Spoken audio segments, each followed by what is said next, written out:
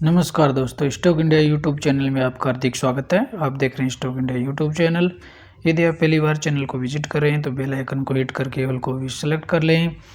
और मित्रों, आ गए हैं सबसे पहले नॉर्मल स्क्रीन पर। और इस वीडियो में मित्रों बात करेंगे अडानी ग्रुप से लेटेस्ट जो खबर निकल कर आ रही है उसकी। दूसरी बात करेंगे कुछ महत्वपूर्ण जो न्यूज़ है वो भी लेटेस्ट आते हुए देखने को मिल रही है, उनको भी कवर करेंगे। और तीसरे नंबर पर हम बात करेंगे आज के Q3 रिजल्ट्स की। और आज के सेशन में बहुत ही Q3 रिजल्ट्स निकल कर के आ रहे हैं, उनकी चर्चा भी हम इस वीडियो में करेंगे। तो आज चैनल पर एक अडानी ग्रुप पर बहुत ही महत्वपूर्ण वीडियो अपलोड कर दिया गया है। आप चाहें तो उसको भी कवर कर सकते हैं। उसका डिस्क्रिप्शन बॉक्स में आपको नीचे लिंक मिल जाएगा। आप चाहें तो उसको चैनल पेज पे जाकर भी कवर कर सकते हैं। तो मित्रों, शुरुआत कर लेते हैं इस वीडियो की। और इस वीडियो की शुरुआत में हम सबसे पहले ट्रबल्स कॉन्ग्लोमरेट अडानी ग्रुप की बात करेंगे। और अडानी ग्रुप पर अब लेटेस्ट है वो खबर निकल कर के आ रही है। और मित्रों, खबर ये है कि अडानी जो ग्रुप है उस पर जो टोटल जो कर्जा है उसकी बात चल रही है कि अडानी जो एक न्यूज़ निकल कर के आ रही है, एक रिपोर्ट निकल कर के आ रही है कि अडानी जो ग्रुप है उस पर जो टोटल जो कर्जा है वो भारत की कुल जो GDP है उसका एटलीस्ट 1% देखने को मिल रहा है।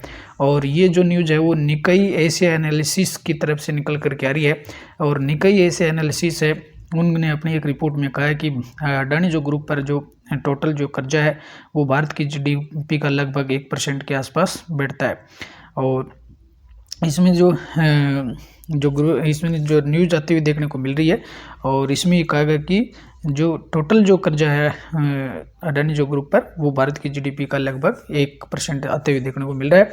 और ये जो न्यूज़ है वो निकाई एशिया एनालिसिस की तरफ से बताया गया है। और अगली न्यूज़ की बात कर लेते हैं। तो भारत में बात करेंगे अब अनएम्प्लॉयमेंट डाटा की। आज लोकसभा में एक प्रश्न के उत्तर में बताया गया कि देश में जो अनएम्प्लॉयमेंट जो डाटा है, अनएम्प्लॉयमेंट का जो डाटा है वो 15 से 29 ईयर में का डाटा है वो काफ़ी अनएम्प्लॉयमेंट है, जो बेरोजगारी है कम होते हुए देखने को मिल रही है। और 15 से 29 ईयर के वर्ग जो एज है उसमें अनएम्प्लॉयमेंट है वो बेरोजगारी है वो 12.9% तक वो कम होते हुए देखने को मिली है। और ये 20-21 के वित्त वर्ष में, यानी 20-21 का जो वित्त वर्ष है उसके डाटा के अनुसार देश में जो बेरोजगारी है वो 12.9% तक वो कम होते हुए देखने को मिली है। और ये आज लोकसभा के एक प्रश्न के उत्तर में बताया गया था।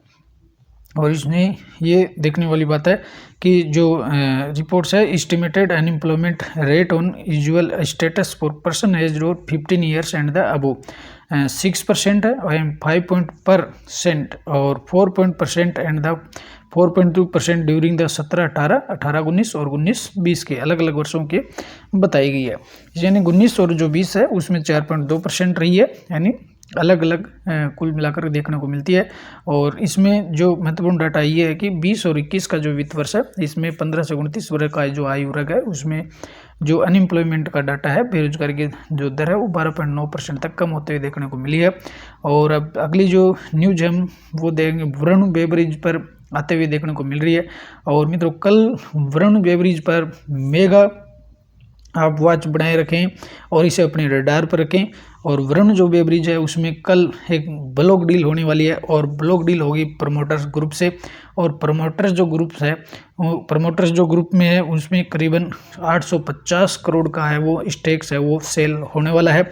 और ये एक सूत्रों के हवाले से एक खबर आते हुए देखने को मिल रही है कि वरुण जो बेवरेज है उसके जो प्रमोटर्स जो ग्रुप है उसमें उनका नाम बताया है रविकांत जयपुरिया। और कम्युनिटी होल्ड और 63.9% stake in the Varun beverage, यानी जो प्रमोटर्स ग्रुप में मिस्टर रविकांत जयपुरिया हैं वो 63.90% का स्टेक रखते हैं। और the second largest bottling company for the PepsiCo beverage, और जो कंपनी है बेवरेज ये पेप्सिको जो ग्रुप की सेकंड लार्जेस्ट बेवरेज कंपनी है। तो इस पर कल है वो आप इस पर अपने रडार पर रखिए। और कल इसमें 850 करोड़ का स्टेक्स है वो सेल होने वाला है। तो ये सूत्रों के हवाले से बड़ी खबर है वो निकल करके आ रही है। अगली बात करेंगे तो भारतीय जो इंडियन जो मार्केट है उसके लिए बहुत ही बड़ी खबर निकल कर के आ रही है कि जो SIP का जो इनफ्लो है वो करीबन 14,000 करोड़ तक जनवरी में बढ़ते हुए देखने को मिल रहा है। और ये भारतीय जो मार्केट है उसके लिए एक बड़ी न्यूज़ निकल कर के आ रही है कि SIP में जो इनफ्लो है वो बढ़ते हुए देखने को मिल रहा है। और एसआईपी के जरिए जो मार्केट में जो पैसा इन्वेस्टमेंट किया जा रहा है वो करीबन 14,000 करोड़ तक वो बढ़ते हुए देखने को मिल रहा है। तो ये जो डाटा है एसआईपी का निकल कर क्या रहा है, तो ऑल ओवर ये किन कंपनियों के लिए फ़ायदेमंद होगा, तो देखें तो इसमें सबसे पहले CDSL, तो CDSL को अपने रडार पर रखेगा, और दूसरा BSE, और BSE क्योंकि NSE तो लिस्टेड कंपनी है नहीं, तो ऑल ओवर इसका जो फायदा है वो CDSL और BSE को ही मिलने वाला है। तो इसे भी अपने रडार पर, कल दोनों स्टॉक्स है वो रडार पर होने चाहिए, CDSL और BSE। तो इसमें SIP का जो इनफ्लो है वो 14,000 करोड़ तक है वो जनवरी में आते हुए देखने को मिला है। और इसमें अगर डिटेल हम डाटा देखें तो when the bank March Nifty 50 said over 2%, यानी इसमें हमारा जो इंडेक्स है पिछले एक महीने में वो 2% तक करेक्ट हुआ है, और 2.5% in the index heart beat index in the January follow on over 3% correction seen in December. और दिसंबर में है वो इंडेक्स में 3% का करेक्शन हुआ है, और जनवरी की बात करें तो उसमें 2.5% तक करेक्शन के बावजूद भी जो इंडियन जो मार्केट है उसमें SIP का जो इनफ्लो है वो बढ़ते हुए देखने को मिल रहा है। और इक्विटी जो म्यूचुअल फंड की बात करें तो इसमें टोटल है वो जनवरी के महीने में 12,546 करोड़ तक आते हुए देखने को मिल रहा है, यानी मात्र जनवरी का जो महीना है उसमें 12,546 करोड़ का म्यूचुअल फंड के द्वारा इन्वेस्टमेंट है इंडियन मार्केट में आते हुए देखने को मिला है। और ये जो वो पिछले दिसंबर माह की तुलना में देखें तो दिसंबर के डाटा से 7,300 करोड़ है वो ज़्यादा देखने को मिल रहा है। और ये जो डाटा रिलीज किया गया है association of the mutual fund in India, और ये बहुत ही बड़ा डाटा निकल कर क्या रहा है कि हर माह वो इसमें इंक्रीज आते हुए देखने को मिल रहा है, और इंडियन मार्केट के लिए एक बड़ी अच्छी खबर हो सकती है। और देखें तो ये कुल मिलाकर के कल है वो CDSL और BSE के लिए दोनों बड़ी न्यूज़ है वो बनते हुए देखने को मिल सकती है। तो कल BSE और CDSL को अपने रडार पर रखिए। नेक्स्ट खबर की बात करते हैं, तो नेक्स्ट खबर है वो महिंद्रा एंड महिंद्रा ग्रुप से आते हुए देखने को मिल रही है। और महिंद्रा है वो EV मैन्युफैक्चरिंग फैसिलिटी है वो तेलंगाना में अपना EV मैन्युफैक्चरिंग का वो प्लांट इस्टेब्लिश करने वाला है, और बहुत ही बड़ी खबर है वो महिंद्रा ग्रुप पर आते हुए देखने को मिल रही है। और M&M ग्रुप है वो इलेक्ट्रॉनिक व्हीकल की जो मैन्युफैक्चरिंग जो फैसिलिटीज़ है वो तेलंगाना में आते हुए देखने को मिल रही है।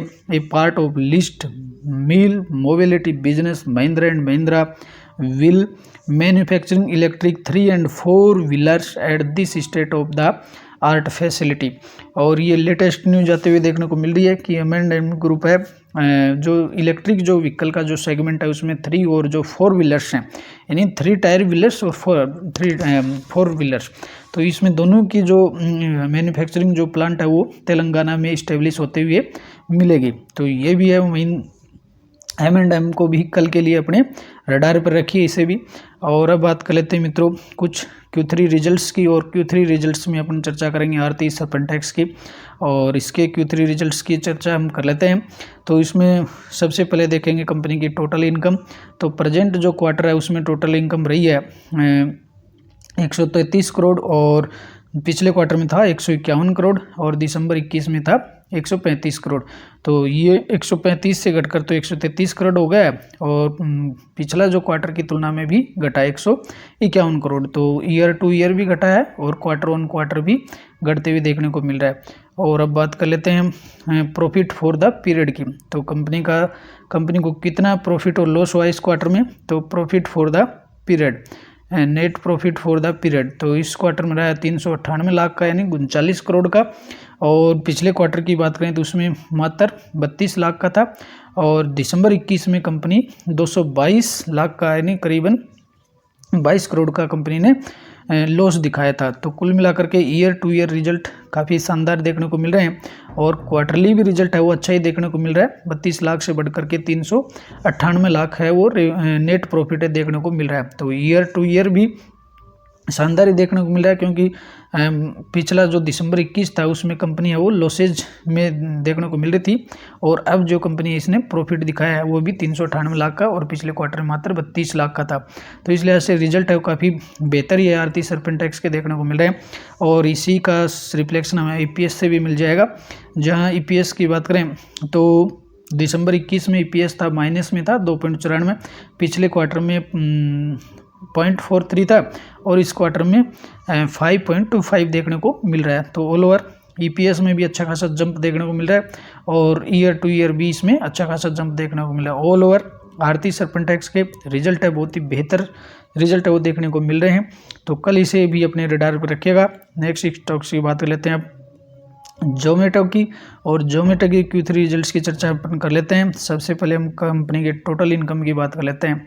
तो टोटल इनकम देखें तो ये दिसंबर 21 का क्वार्टर, दिसंबर 22 का सॉरी, और ये सितंबर 22 और दिसंबर 21 में। तो इसमें टोटल इनकम रही है 21,216, पिछले क्वार्टर में थी 18,300 और उससे पीछे थी 12,597। तो 12,500 से बढ़कर के हो गई 21,000 और 18,300 से बढ़कर भी 21,000, यानी जो जोमेटो में ईयर टू ईयर भी बढ़ी है, 12 से 21 हो गई है और क्वार्टरली भी 3,000 मिलियन का इसमें जंप देखने को मिल रहा है। और अब बात कर लेते हैं इसके टोटल खर्चे की। तो टोटल जो खर्चे हैं वो भी इसके इनकम के अनुपात में बढ़ते हुए देखने को मिल रहे हैं। खर्चे जो हैं वो ईयर टू ईयर बढ़े हैं और क्वार्टरली भी बढ़ते हुए देखने को मिल रहे हैं। और टोटल इनकम में से टोटल खर्चे घटा देंगे तो अपने पास आएगा प्रॉफिट फॉर द पीरियड। तो जोमेटो को प्रॉफिट तो है ही नहीं फिलहाल, अब ब्रेक इन पॉइंट पे भी नहीं पहुंचा है, तो इसकी अब इसको लॉसेज ही देखने को मिल रहा है। तो लॉस कितने का हुआ है, जहां दिसंबर 21 में था 672 मिलियन का, और इस जो पिछला जो क्वार्टर था उसमें 2,500 मिलियन का था, और इस क्वार्टर में है वो डाउन होते देखने को मिला 3,466 मिलियन का। तो इसमें लॉस फॉर द पीरियड जो है इसमें ईयर टू ईयर भी बढ़ते हुए देखने को मिल रहा है। ईयर टू ईयर भी मिलियन में है, तो ये ईयर टू ईयर भी रेशो बढ़ा है, और लॉसेज जो है वो ईयर टू ईयर भी बढ़ा है। Losses for the period, column गलत ले लिया मित्रों अपने, फिर से देखिए इसको, लॉसेज फॉर द पीरियड। तो जहां दिसंबर 21 में 672 था और पिछले क्वार्टर में 2500 था, इस क्वार्टर में हो गया 3466। तो जो लॉस है वो ईयर टू ईयर भी इसको बढ़ा है और क्वार्टरली भी लॉसेज जो वो बढ़ते हुए देखने को मिल रहा है। इसका रिफ्लेक्शन हमें अपने को ईपीएस में भी मिलेगा। लॉस पर इक्विटी शेयर की बात करें तो जो लॉसेज था वो दिसंबर 21 में था 0.08 था, पिछले क्वार्टर में 0.31 था और इस क्वार्टर में बढ़ करके 0.42 हो गया। तो इसका बात करें तो ईपीएस भी है वो ईयर टू ईयर भी बढ़ा है, ईयर टू ईयर भी बढ़ते हुए देखने को मिल रहा है और क्वार्टरली भी इसमें ईपीएस बढ़ा है। यानी ऑल ओवर देखें तो ये ईपीएस है वो बढ़ते हुए देखने को मिल रहा है। तो कुल मिलाकर के जोमेटो अभी प्रॉफिटेबल कंपनी नहीं है, लेकिन इसमें एक ये देखने वाली बात है कि अभी ये अगले कुछ 1-2 क्वार्टर के बाद में ब्रेक इवन पॉइंट तक पहुंच सकती है। यानी ब्रेक इवन पॉइंट वो होता है जिस पर कंपनी न लॉस की स्थिति में होती है और न प्रॉफिट की स्थिति में होती है। तो इस स्थिति में आने के बाद ये एक इन्वेस्टमेंट के लिहाज से स्टॉक्स है वो देखा जा सकता है। तो फिलहाल है वो जोमेटो के जो रिजल्ट्स हैं वो आपको लॉसेज ही देखने को मिल रहे हैं और लॉसेज भी बढ़ता हुआ देखने को मिल रहा है। और अब बात कर लेते हैं नेक्स्ट कंपनी की, और नेक्स्ट जो स्टॉक्स है अपन उसकी बात करेंगे इसमें ऑर्किड फार्मा की। तो ऑर्किड जो फार्मा के हैं अपने इसके डायरेक्ट है वो पीएनएल पर चलेंगे, net profit for the period चलेंगे इसमें। तो इसमें नेट प्रॉफिट जो पीरियड रहा है इसमें net profit for the period, तो net profit for the period का कॉलम देखें तो दिसंबर 21 की बात करें तो इसमें कंपनी ने करीबन इसको लॉस ही था और पिछले क्वार्टर में भी लॉस दिखाया था, लेकिन इस क्वार्टर में इसने 672 का, और फिगर्स देख लेते हैं किसमें है, फिगर्स हैं वो इसमें लाख में। तो इसने ऑर्किड जो फार्मा है ये एक अभी इस क्वार्टर में प्रॉफिटेबल कंपनी होते हुए देखने को मिल रही है, जहां पिछले क्वार्टर में 332 लाख का और लॉसेज था और इस क्वार्टर में इसको प्रॉफिट देखने को मिल रहा है 675 लाख का करीबन, यानी 67 करोड़ का। तो ये भी इसमें एक रिजल्ट है वो ईयर टू ईयर भी अच्छे देखने को मिल रहे हैं और क्वार्टरली भी अच्छे देखने को मिल रहे हैं, और इन सभी का रिफ्लेक्शन अपने को ईपीएस में मिल जाएगा। तो ईपीएस की अर्निंग पर शेयर की बात करें तो जहां दिसंबर 21 में माइनस में था ईपीएस, माइनस में 2.20 था, पिछले क्वार्टर में भी माइनस में 0.81 था और इस क्वार्टर में प्लस में 1.65 है। तो यानी ये ईयर टू ईयर भी बढ़ा है और क्वार्टरली भी बढ़ा है। और रिजल्ट के ऑल ओवर बात करें तो रिजल्ट है वो काफ़ी अच्छे देखने को मिल रहे हैं और इस क्वार्टर में 67 करोड़ का है वो 67 करोड़ का प्रॉफिट देखने को मिल रहा है। और अगले रिजल्ट की बात करेंगे तो एमटार टेक का रिजल्ट कर देख लेते हैं और एमटार टेक के रिजल्ट है वो भी अपन इसी वीडियो में चर्चा कर लेते हैं इसके। और सबसे पहले हम टोटल इनकम की बात करेंगे तो कंपनी का टोटल जो इनकम है ये रहा है, फिगर्स हैं वो मिलियन में देखने को मिल रहे हैं। तो इसमें रहा 1659, पिछले क्वार्टर में था 1315 और दिसंबर 21 में रहा 792। तो ईयर टू ईयर भी बढ़ा है और क्वार्टरली भी बढ़ते हुए देखने को मिल रहा है। अब कंपनी का अपन देख लेते हैं net profit for the period. तो ये रहा net profit for the period का कॉलम। प्रेजेंट क्वार्टर में रहा 314, पिछले क्वार्टर में था 246 और दिसंबर 21 में 133। तो 133 से बढ़कर के और 314 हो गया, यानी करीबन ये 3 गुना बढ़ते हुए देखने को मिल रहा है। यानी नेट जो प्रॉफिट है ईयर टू ईयर कितना बढ़ा है, 3 गुना बढ़ गया है ईयर टू ईयर। यानी इसमें करीबन है वो 300% की जंप, ईयर टू ईयर कितनी जंप है 300% की। और क्वार्टरली देखें तो 246 से 246 से बढ़कर के कितना हुआ है 314 हुआ है। तो इसमें भी कम करीबन है वो 40 से 50% के वो जंप देखने को मिल रही है। इसका रिफ्लेक्शन हमें ईपीएस में मिल जाएगा। तो अर्निंग पर शेयर की बात करें तो पिछले क्वार्टर में ईपीएस था 8.03 का था और इस क्वार्टर में 10.22 का हो गया। तो ईपीएस भी क्वार्टरली भी बढ़ा है और ईपीएस है वो ईयरली भी बढ़ते हुए देखने को मिले। ऑल ओवर एमटार टेक्नोलॉजी के रिजल्ट है वो काफ़ी इस क्वार्टर में बेस्ट रिजल्ट देखने को मिल रहे हैं, यानी बहुत ही शानदार रिजल्ट देखने को मिल रहे हैं। तो कल भी इसे अपने रडार पर रखिएगा। और अब बात कर लेते हैं टाटा ग्रुप से, टाटा ग्रुप के वोल्टास की। तो वोल्टास के रिजल्ट्स भी आते हुए देखने को मिल रहे हैं, इनकी चर्चा भी अपन कर लेते हैं। और वोल्टास में सबसे पहले हम टोटल इनकम देख लेते हैं इसके, और जो फिगर्स हैं वो करोड़ में देखने को मिल रहे हैं। तो 2036 करोड़ है, पिछले क्वार्टर की बात करें उसमें 1832 करोड़ था और दिसंबर 21 में 1822 करोड़ था। तो ऑल ओवर देखें तो ये ईयर टू ईयर भी इनकम बढ़ी है और क्वार्टरली भी इनकम बढ़ती हुई देखने को मिल रही है। और इसमें टोटल खर्चों की बात करेंगे तो टोटल जो खर्चे हैं कंपनी के वो भी देख लेते हैं। तो टोटल जो खर्चे हैं 1946 करोड़, 1683, 1651। तो खर्चे ईयरली बढ़े हैं और क्वार्टरली भी बढ़ते हुए देखने को मिले। टोटल इनकम में से टोटल खर्चे घटाएंगे तो अपने पास आएगा profit for the period, net profit for the period. ये सबसे महत्वपूर्ण फिगर देखने को मिल रहा है। तो net profit for the period की बात करें तो दिसंबर 21 में था 96 करोड़ का प्रॉफिट था।